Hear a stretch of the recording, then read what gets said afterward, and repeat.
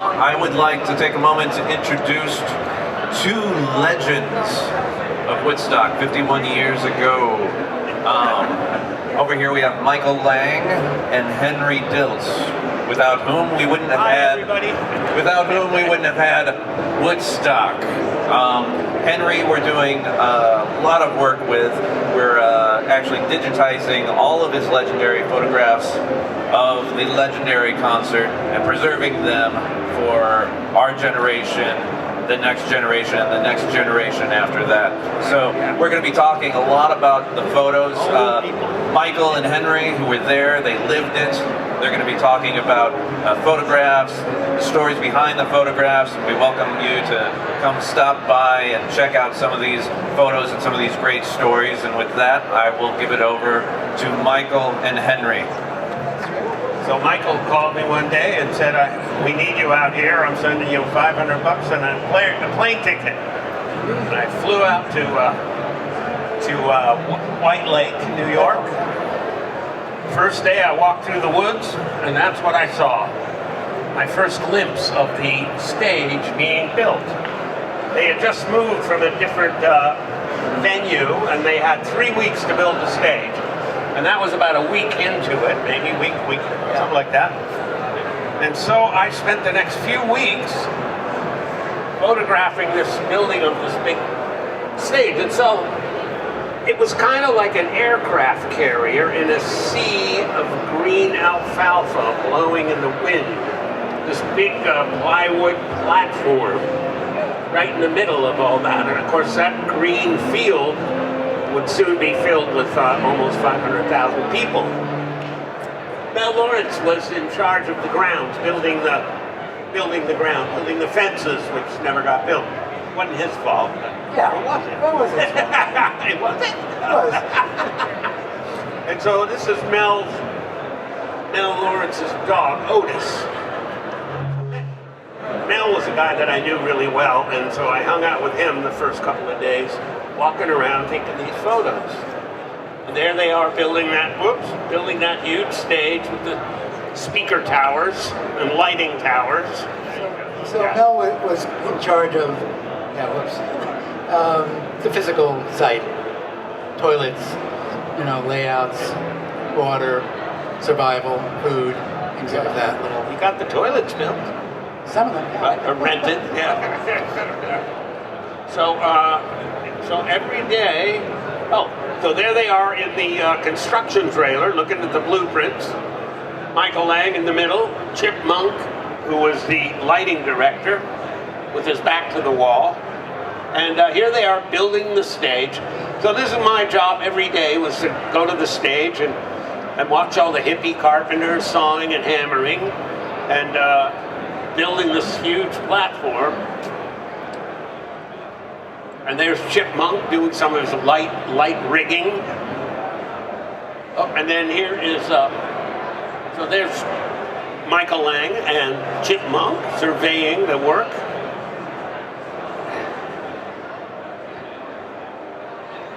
I like that picture. Look what we've done. Look what we're doing. Look what we have to do. Nobody knew, yeah.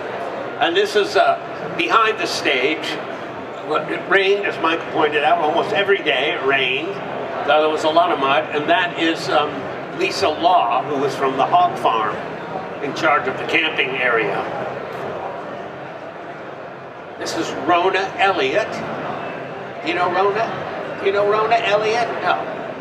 Rona Elliott worked in the office of Woodstock, and then later she became the entertainment interviewer on CBS News. She was a music correspondent for CBS News for years. Morning show or something for years. Kind of like the Rona Barrett of, CBS.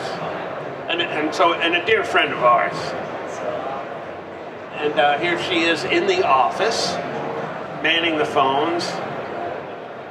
There she is. Still manning the phones? Yeah. She's good at that.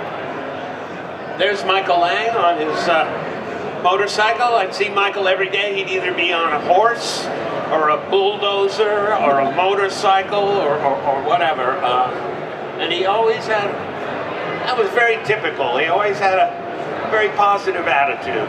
The guy on the left smoking the pipe, in the corner there is Max Yasgur, whose farm we were on. Yeah. Wow. And that's your assistant looking. Yeah, it's Tisha Bernuth, my sister. Tisha Bernuth, right. Otis again. There he is again, looking over the field. So that whole area in another 2 weeks would be filled with people. You couldn't see a blade of grass. Uh-oh, once again, somehow it's jumping around out of order, but it's a nice juxtaposition. Here is that chair before any people were there, and here's a chair like it after all the people left. Monday morning, Monday about noon probably. And there's a few people. They saw Jimi Hendrix and then they went back to sleep. Here's Michael on the bulldozer. Of the day. Caterpillar or John Deere? What? Caterpillar. Yeah. Okay.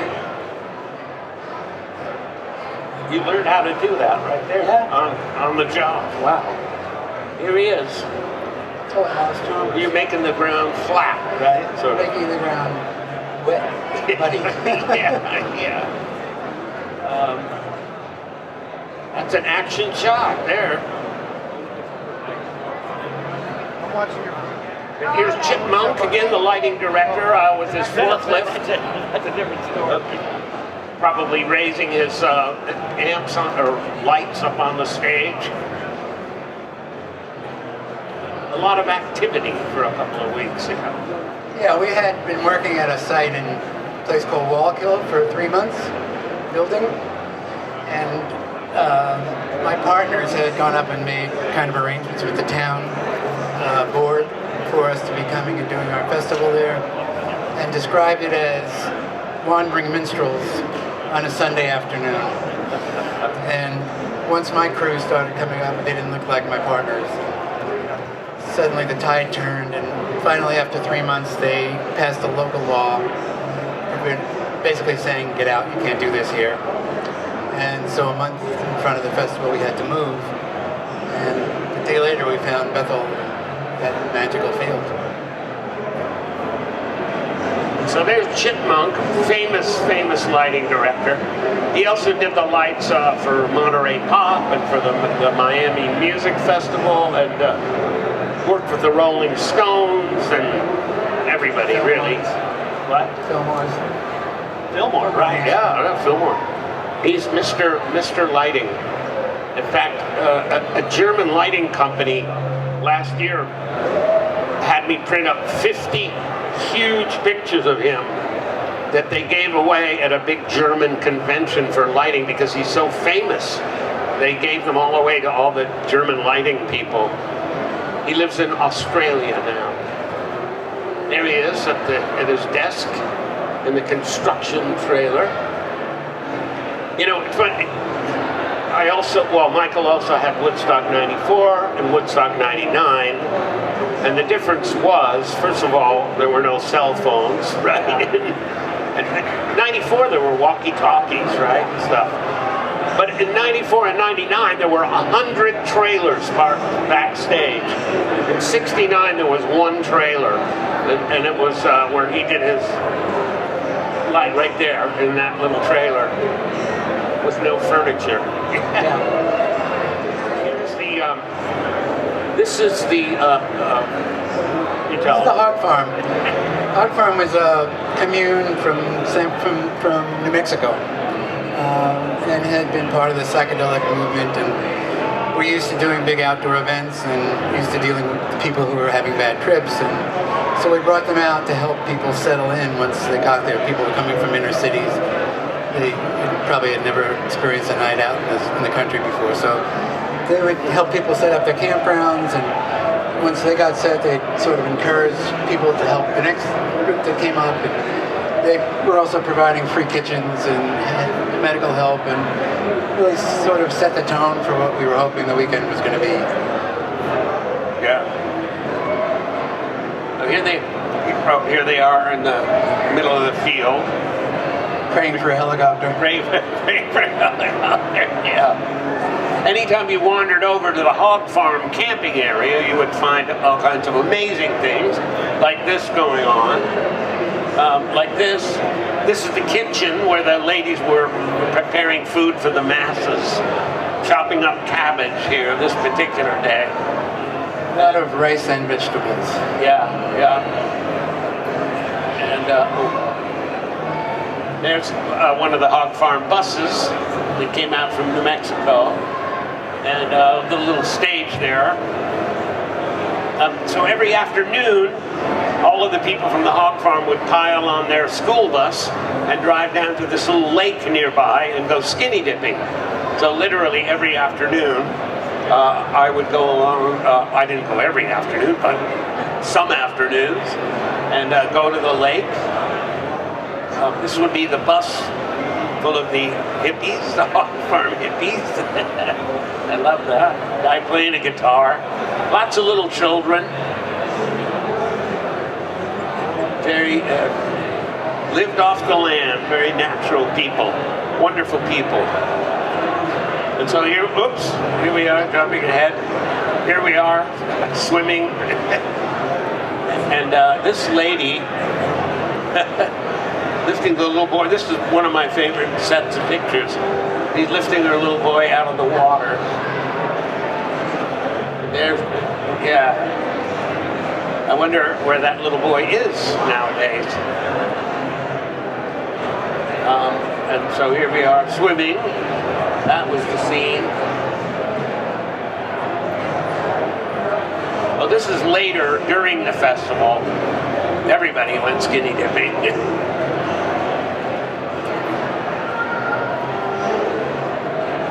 Here again, hippies in the waterfall.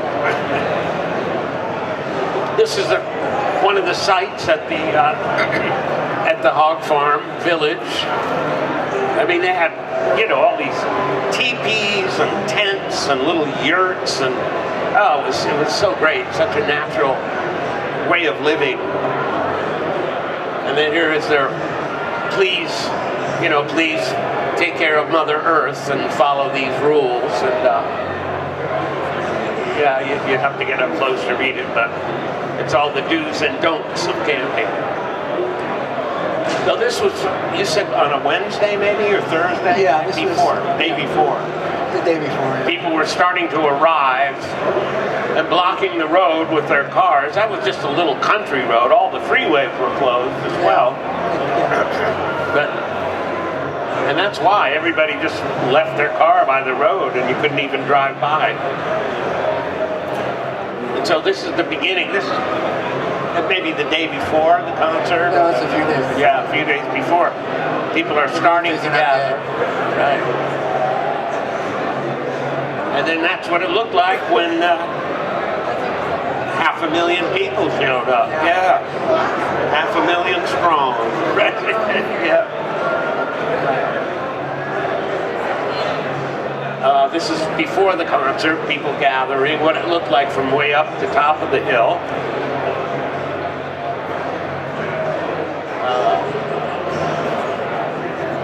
Wow.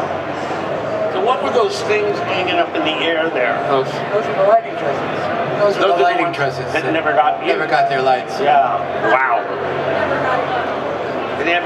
Something broke and they never were able to hang all the lights they wanted to. But it all worked out, right? Yeah, well, we had to move. You can see that pole there with the wires coming from it. There were two of them. Yeah. They were 80 feet in length, the way the design was done. And they were going to support this very heavy truss system for the lights. And they would be covered with a canvas. Yeah. And sometime during the move from Wallkill to White Lake, one of those long poles broke. And I think about 30 feet came off the top, and so they had to recalculate everything, and once we got the other pole the same length, it could no longer support the lights. So Chip had to light the whole festival with 12 Super Troopers from the lighting towers, and some Christmas lights on stage. So we put him to work being the MC. He became the voice of Woodstock. Yeah. God and you decided he should be the MC, right? So there's a small section of the crowd. That's just one corner. I guess the stage would be way over there. So it's about a quarter of the field. Yeah. That's what it looked like from on stage. I think this guy was throwing out water bottles to the crowd at that point. And then, of course, it rained, and nobody left. Everyone just stood there and, got wet. Felt good.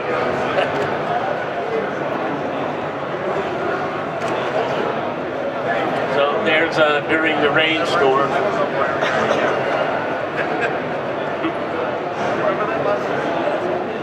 Oh yeah, this was all, everybody running around. Every time it rained, we had to shut down the stage and cover all the equipment and dry out everything we could and then get it up and going again and then run into this again. That's fine. Which is why the shows wound up ending at 8 in the morning and 9 in the morning. This was a shot from behind the stage. There was a field that was kind of an artist gathering area, a little pavilion there, and so that's looking towards the back of the stage and the whole crowd out front. That bridge was how the artist got to the stage from the little wooden bridge, right. Oh, and then here at the beginning of the whole festival, Richie Havens went out there with his, I think his brother, and another guy or something. No, it was his band. Yeah, his little band. Yeah. And played, and of course he played every song he knew, and they kept saying, no, do more, because the next act had not arrived. So Richie was supposed to go on 4th, and because the roads were closed and nobody was getting their equipment through, at about 3 o'clock in the afternoon I started to panic and tried to find somebody who could actually play and open the festival. And I went to Tim Harden, who was supposed to open, and he was not in any shape to open anything. So I started pleading with Richie, and 2 hours later he agreed. And opened the festival. And he was perfect. He was the perfect opener. He set the mood for everybody. He didn't want to open it? He thought he was going to get killed. I'm not going out there in front of 500,000 people. But I talked him into it. Yeah. Promised to take care of his kids. Good. Yeah, it was great.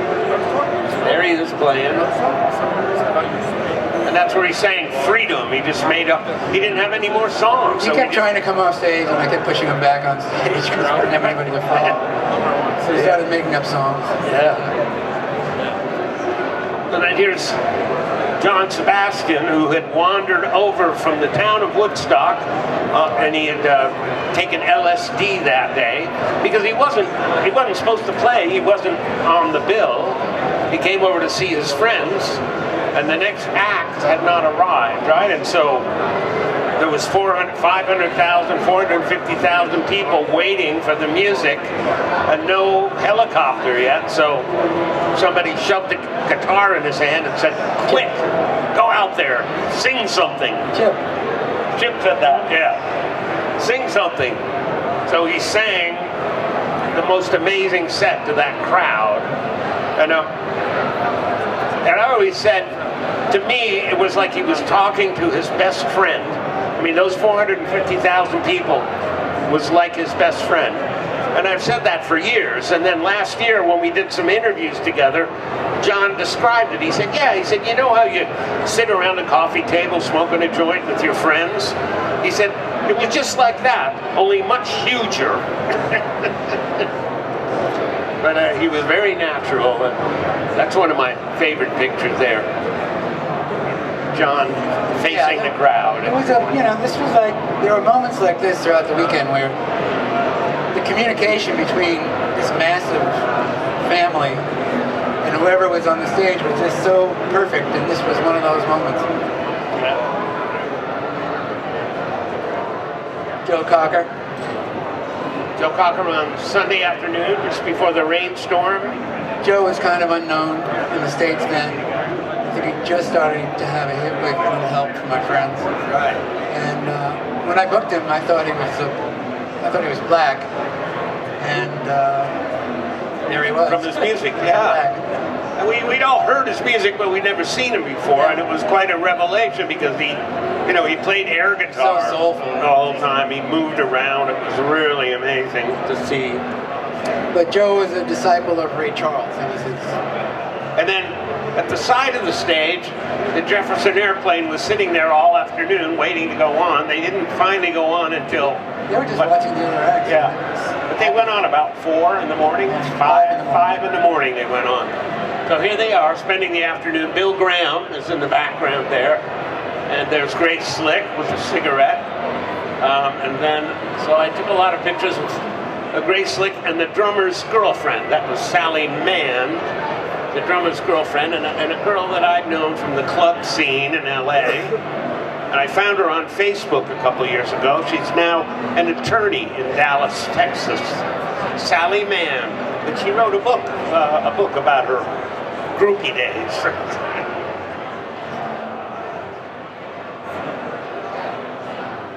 This is Jim Marshall, Jim Marshall was from San Francisco, and he photographed, the Grateful Dead and Big Brother and the Holding Company, Janis Joplin, Jefferson Airplane, all those groups. So he was kind of the guru of rock photographers.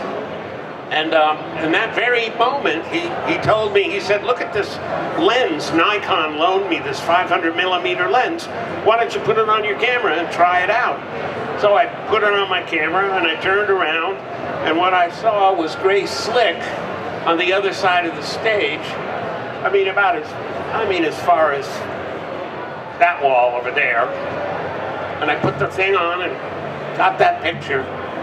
And it was in Life magazine, full page in Life magazine.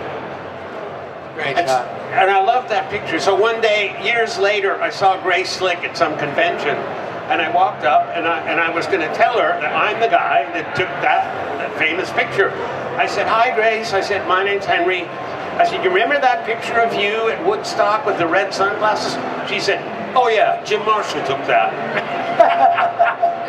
So I said, oh, great, okay. I didn't say, he did not.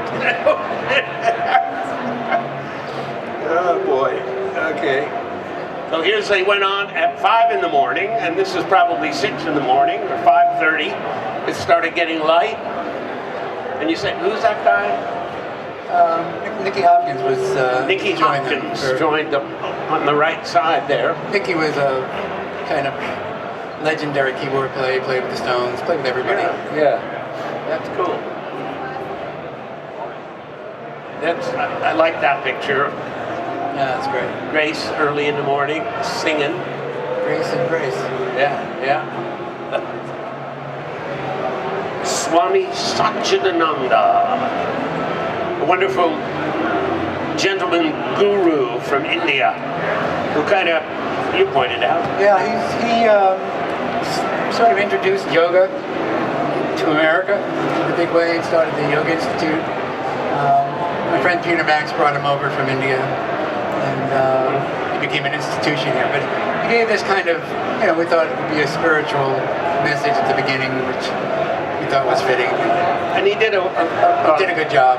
He did a morning awakening exercise, I think. I missed that, and I just got that one shot as he left. And I'm going to tell this story again because it's a whole new crowd. I have a book of his daily sayings that I read every morning. And so here's one of my favorite sayings that he says. He says, of course, we know we're all here to learn here on Earth. So therefore, we're all students. But you should think of yourself as the only student, and everybody else that you meet is your teacher. And that's kind of a cool way to go about the day, you don't get mad at anybody that way, you learn. He's right. He's my guru. That's the little wooden walkway that went from the back of the stage across the back road into the field where all the entertainers waited, kind of the backstaging area. And so There was a performers pavilion where the acts were gathered. There were no dressing rooms, were there? No dressing rooms. No, it was tents and Were there tents? Caravans. Were there tents? I didn't see any tents. I just saw, yeah. Typical afternoon shot of Michael Lang doing what he did. that's Artie Kornfeld's wife. And I don't know where my boots are. Are you there on your iPhone? Yeah. iPhone, which was pieces of paper.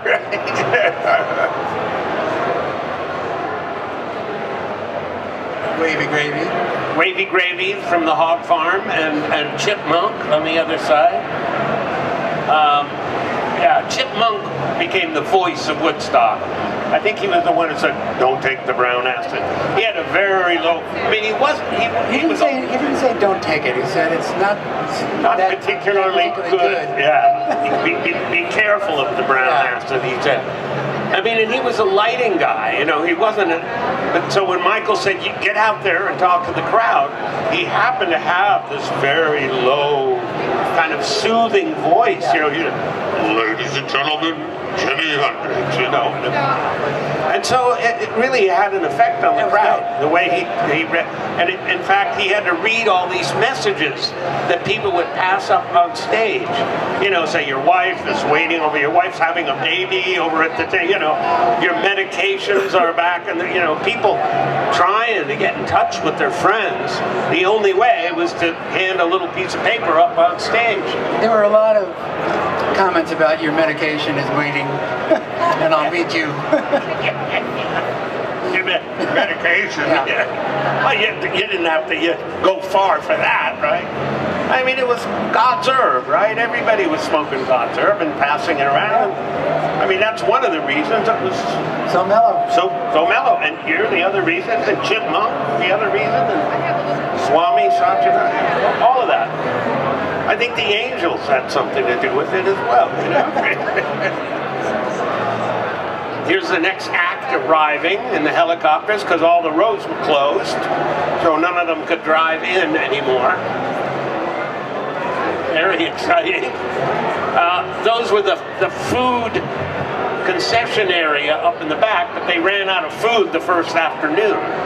So the hog farm cooked brown rice and made cabbage salad for hundreds of thousands of people. That's the hospital tents where it was acid casualties, where the hog farm would soothe people that had taken too much, talk them down, and as Michael pointed out, foot injuries. A lot of foot injuries. Yeah. Cut feet. Yeah.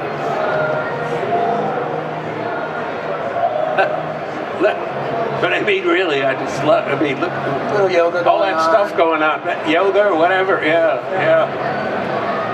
Look at this guy. Oh boy. Okay. Oh, here.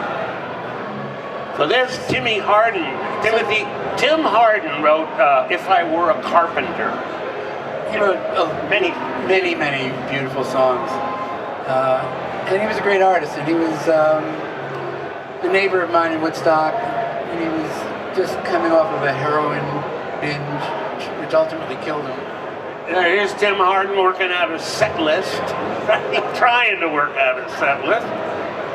And finally, he did go on that evening. I was there. Very, very soulful singer. I mean,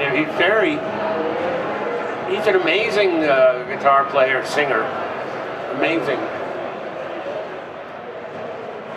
My friend Eric Jacobson, the producer who produced him, said, yeah, guys on heroin have a unique sense of timing. You know, Ray Charles is one. Yeah. They have I don't know, they can count between the counts or something.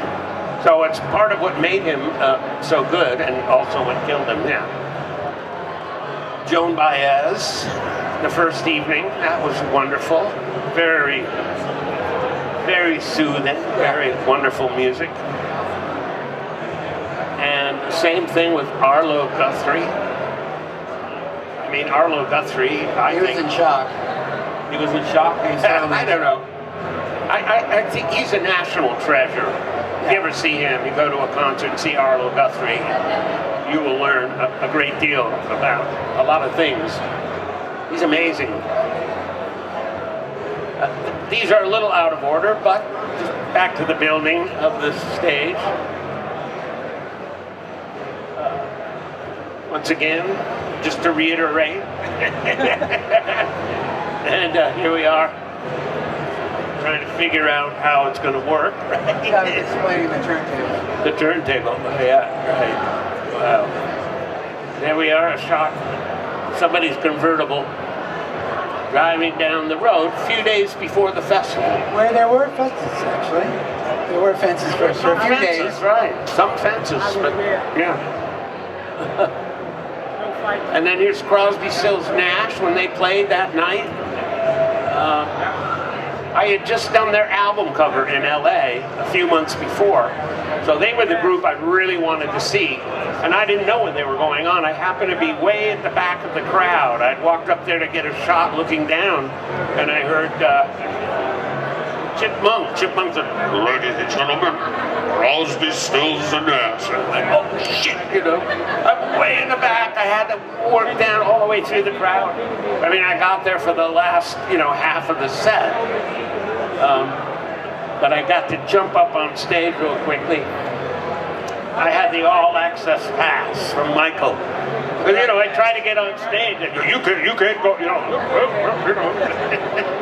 Finally got up there. They say, oh yeah, well, you need the purple dot, right? I need the purple dot. Yeah. So here they were, that great harmony. They're probably singing Sweet Judy Blue Eyes there. Crosby, of course, had to smoke a joint in the middle of the set. He used to call that pullover pot. Pullover pot. Pullover pot. Pullover. It's the kind of pot that if you smoked it when you were driving, you had to pull over. Yeah. He was the prince of pot, pretty much, yeah. Neil Young came out to play with them. Up there's Stephen Stills. It was great. It was their second concert that they'd ever played together, but you wouldn't know it. Of course, they just recorded their album. Crosby. And there's Janis Joplin. She was great, of course, as ever. And, oops, that's my favorite shot of her. I like that one a lot. Green Clearwater. John Fogerty, yeah. Great act. I mean, every one of these acts was amazing to hear and see. Boy. Rick Danko and the band. And then this next shot is one I really like. The band, Robbie Robertson and Lee Von Helm. I mean, I imagine they were singing, the night drove old Dixie down. I picked it up. Na na na na na na na. That's probably what they were singing right there.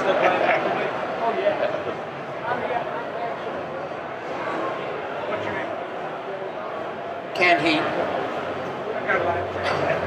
Canned Heat, they were great, of course, every one of them, right? Canned Heat was the first band that I signed, and the second was the Jefferson Airplane, and the third was Creedence.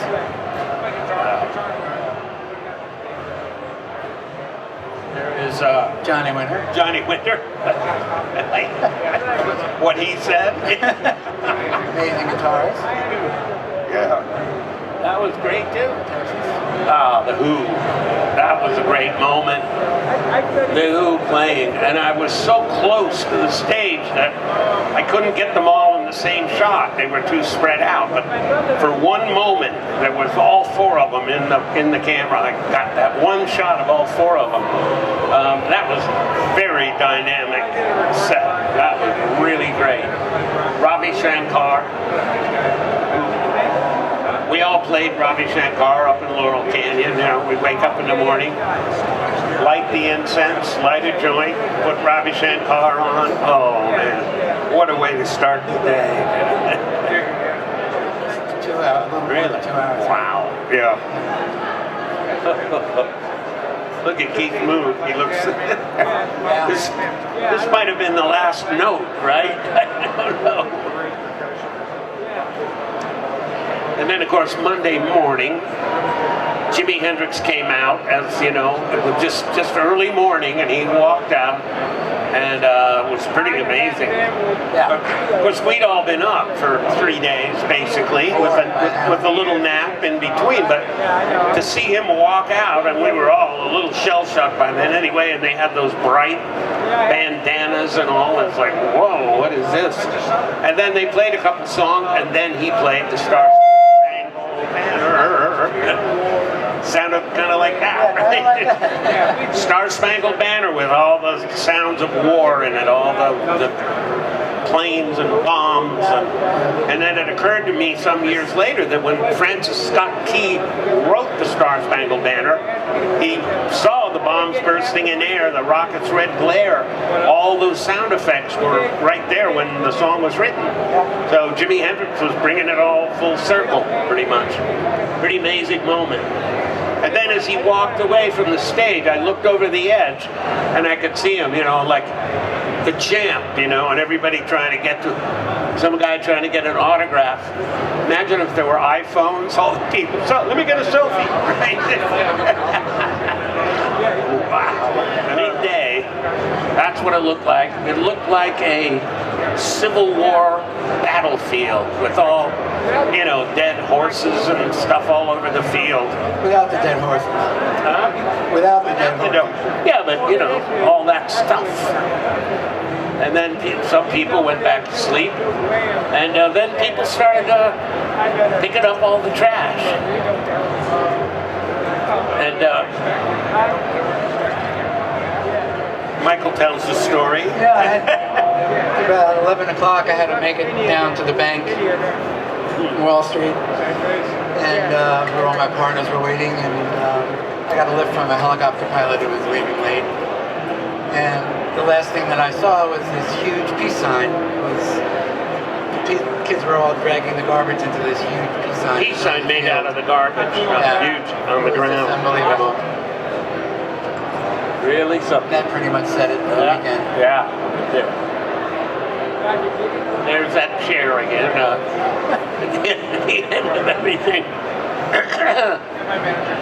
And then this is the last picture, but that's the office where all the photos are on. And it's really fun having Henry here because when he starts putting the photos up, he remembers where he was, you know, what was going on that day, you know, and what made, you know, that particular moment special.